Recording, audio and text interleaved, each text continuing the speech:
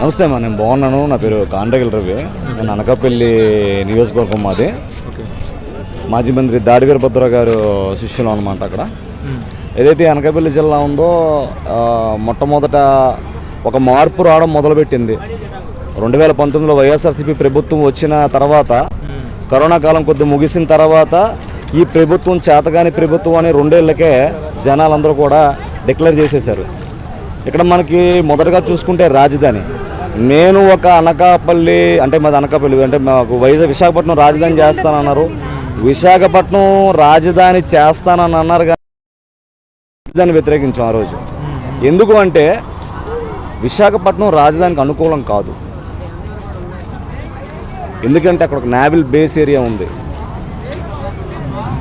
మనకు రక్షణ పరంగా కానీ వేరే ఇతర వ్యక్తులు కానీ మనకి విశాఖపట్నం వచ్చినప్పుడు కొద్దిగా ప్రాబ్లమ్స్ కూడా ఉంటాయి. దట్టు ఏంటంటే మనకి విజయవాడ రాజధానికి చాలా అనుకూలమైన ప్రాంతం. బాధాకరమైన విషయం ఏంటంటే 2019లో బాబు గారు ఓడిపోవడం కూడా మనం సుమారు ఒక 20,000 విజన్ వెనక్కి వెళ్ళిపోయినట్టుగా అయిపోయింది. ఆయన తలక కష్టాన్ని ఒక తుప్పల మాదిరిలో చూడడం జరిగింది తర్వాత. మరి ఆ రోజు నరేంద్ర మోదీ గారు ఏదైతే నీరు మట్టి కార్యక్రమం తీసుకొచ్చారో చేయడం అక్కడ జరిగిందో, మళ్ళీ అదే నరేంద్ర మోదీ గారి ఆధ్వర్యంలో ఇక్కడ ఈరోజు ప్రమాణ స్వీకారం మన అమరావతిలో చాలా విజయవంతంగా పూర్తి చేసుకున్నాం. అలాగే మన నూతన రాజధాని అమరావతిని ఖచ్చితంగా విజయవంతం చేసి యువతకి మంచి ఉపాధి కల్పించి రైతుకి మంచి భరోసా ఇచ్చి ఇప్పుడు ఏవైతే మన ప్రతి ఒక్క ఎమ్మెల్యేని కూడా చూసాం.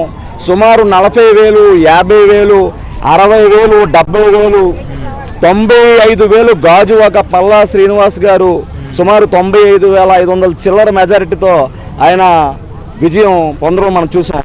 అంటే ఇది ఒక నాయకుడిని చూసి కాదు, ఇక్కడ ఉన్నటువంటి పరిస్థితి ఖచ్చితంగా జగన్మోహన్ రెడ్డిని దించేయాలి అని ప్రతి ఒక్క ఇక కార్మికుడు, కర్షకుడు, రైతు, ఒక ఎంప్లాయ్, ఒక డిపార్ట్మెంట్ అని కాదు ప్రతి ఒక్కరూ కూడా జగన్మోహన్ రెడ్డిని గద్దె దించాలి, ఈ రాష్ట్రాన్ని కాపాడుకోవాలని ముందుగా అందరూ కూడా నిర్ణయించుకోవడం.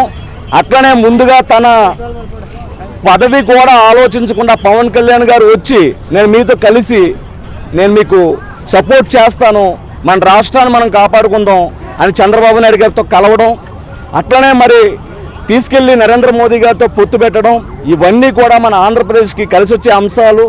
ఇవన్నీ కూడా మనకు భవిష్యత్తులో ఒక ఉన్నతమైన రాష్ట్రంగా రూపుదిద్దుకుంటుందని ఆ కనకదుర్గమ్మ వారి ఆశీస్సులతో